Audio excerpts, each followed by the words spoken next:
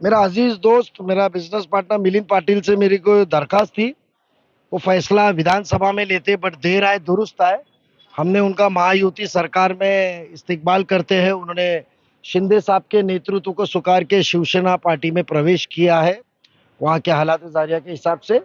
तो मैं उनका इस्तेकबाल करता हूँ क्योंकि हकीकत में ये होना ही था और झटके लगने वाले इंशाल्लाह। क्योंकि मिस्टर परसेंटेज से सब कंटाल गए।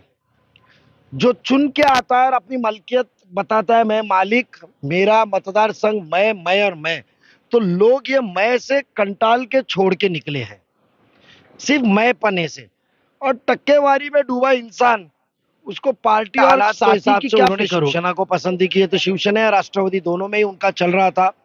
और बाकायदा कल तो विधायक जी मनाने के लिए उसके घर पे भी गए थे, उनके घर पे भी गए थे।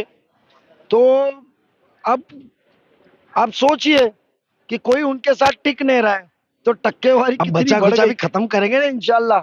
आस्ते आस्ते सब करेंगे क्योंकि लोग काम चाहते हैं, लोग मोहब्बत चाहते हैं, लोग इज्जत चाहते हैं, लोग सच्चाई चाहते हैं, झूठ से नापसंद है।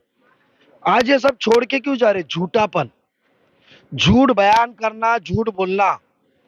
जो शख्स ट्विटर का इस्तेमाल अपने फायदे के लिए और लोगों को ब्लैकमेल करने के लिए करता है, जब जब उनका ट्वीट आता है किसी के बारे में सोचो, लोगों के कारोबार पे ध्यान देना, ब्लैकमेल करना, ये करना, तो लोग टक्केवारी से थक गए थे। हर चीज में उनको टक्का चाहिए और नगर सेवकों को काम चाहिए।